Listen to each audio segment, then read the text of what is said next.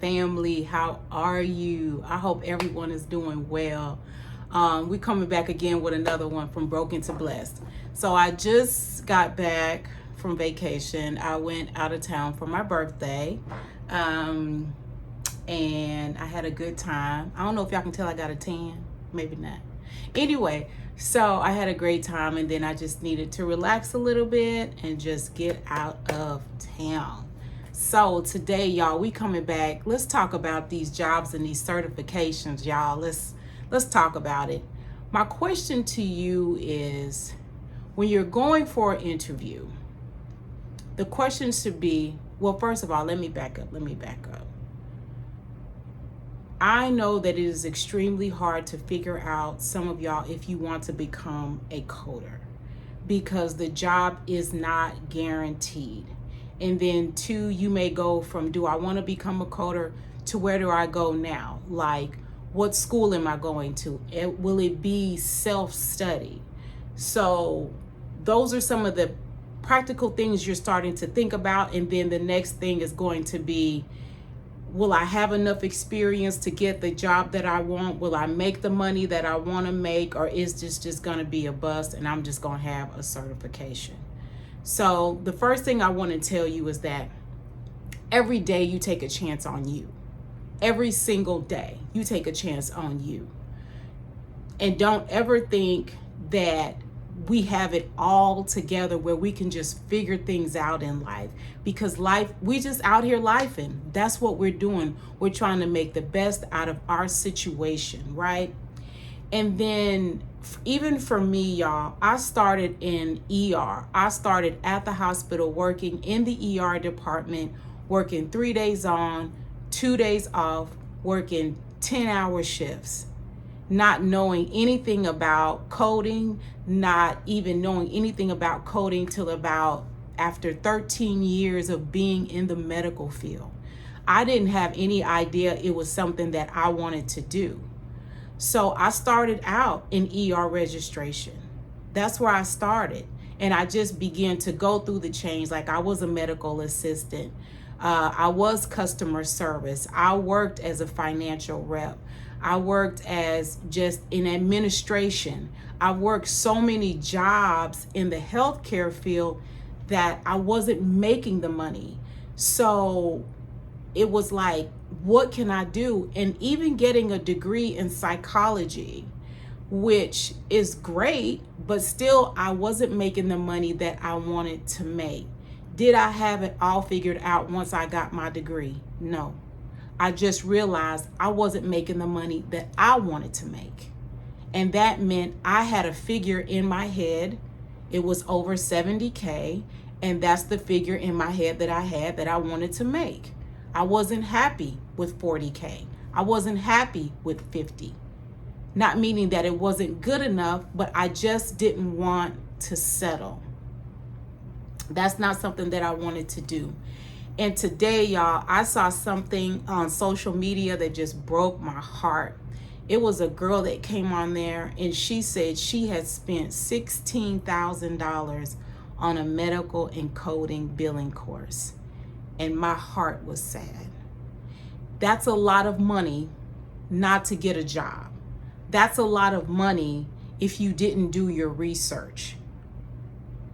Because if you look, I try to look at it at both sides. Having a degree and having a certification, to me, they kind of weigh the same in some aspect. But getting a medical and billing certification is showing the employer that, hey, I can do the job and this is what I can do. And it's a certificate. But to pay over $5,000, $10,000, $12,000 for a certificate and not find a job is heartbreaking to me. And then my question, because everybody's different. So then my question in my head is, when you go to an employer, are you showing up at your best? Are you showing up saying, just by the way you look, you're empowered to say, I know you want to hire me? And then the question they're going to ask you is, why should we hire you? Are you going prepared with if you have to go in person? Are you going prepared with several resumes with you? Are you going in with a thank you letter already and your cover sheet? Are you going in already ready, knowing what you're going to say because you've rehearsed these questions that if you Google, they'll give you the questions like what employers ask. These questions are very important. Y'all, when I would go on interviews, I would make them work. Answer my questions because I want to know. Maybe I don't want to work for you because not every company I wanted to work for. Either they were lacking in the benefits area, they were lacking in bonuses, they were lacking in giving me an adequate amount of money. So you have to look at all those things to say if you want to be a medical coder, and even though you don't have the experience, why should you stop? Why should you stop? Because you think you're not going to get a job? Why are you thinking that way? Because that's a negative way of thinking about yourself. Don't you feel qualified? Don't you feel qualified to have the best? Then why are you questioning if you're going to get a job? If you don't get the job as a medical coder, are you okay with being a medical assistant? Are you okay with working in ER registration? Are you okay working in customer service? Not to settle there, but to get the experience in healthcare and move on. You have to remember, we all had to start somewhere. Y'all, I started in ER working 10-hour shifts. I was busted at the end of the day. There wasn't no going out. There wasn't no hanging out. I couldn't even afford it. All I could do was pay bills. But what it did was it pushed me. It pushed me to be better. I'm not saying for you to settle. I'm saying for you to get in the back door some type of way, get the experience, and move on. And don't settle. That's what I'm saying. If it takes that. But it takes you having a different mindset about yourself. How do you see yourself? Because I feel like this. If the Lord allows you to get the certification, then He's going to give you a job.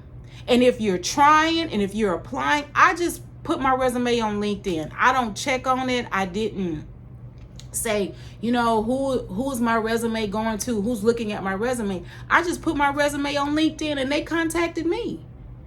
I didn't contact the government about a job. They contacted me because they needed coders.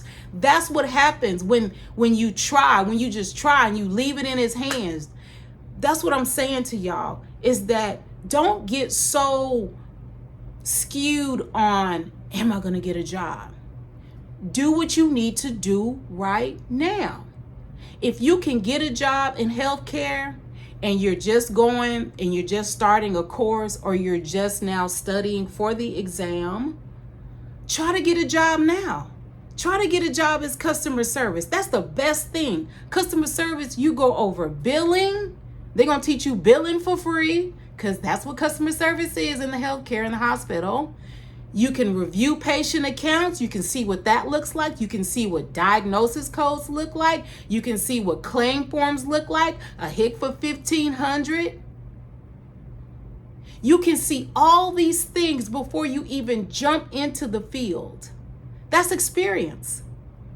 So why wait to get a job in healthcare when you can try today? Don't get your cousin to do your resume. Please don't.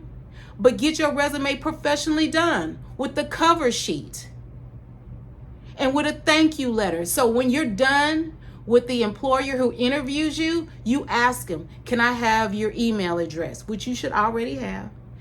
And they say, yes, everybody, if you ever do a panel interview, I don't care if it's online, I don't care if it's in person, you ask everybody for their business card or their email address. Why? Because everybody's going to get a thank you letter. Be different from the rest. Don't be the same.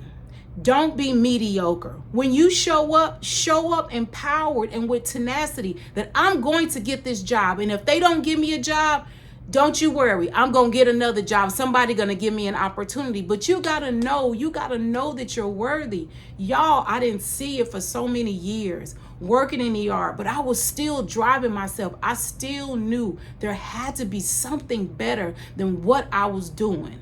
There had to be.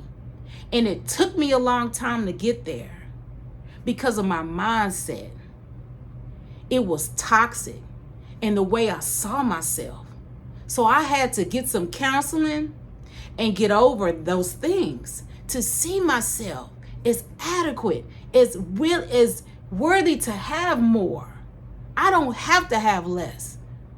I don't have to struggle if I don't want to. We live in America, y'all, where you can get a degree. Me getting my bachelor's degree only helped me to see myself as having more. I knew I was not going to settle, and it took me years to get my bachelor's degree. It was not easy for me. It was not easy for me. I struggled, but I did it with him and seeing myself as worthy. And I feel like some of y'all don't see yourself as worthy as having more than what you have today. And ask yourself this question before I end. Ask yourself this question. If you want to be a coder, and you're thinking about the job situation, will I get a job? I don't know. Will I get a job? And that's holding me back. Are you satisfied with giving up? Are you satisfied with giving up on you? Because that shows how much and how you see yourself. Are you okay with giving up with you? Nothing is promised to us. Nothing is promised to us. That certification that I got was not promised to me. But come hell or high water, I pushed through. And I said, somebody gonna give me a certification, and I'll keep coming back. And I'll keep coming back till I get it. And I got it. So what makes me any different from you? Nothing. Are you okay with giving up? This is from Broken to Blessed. I'll talk to y'all soon. Bye.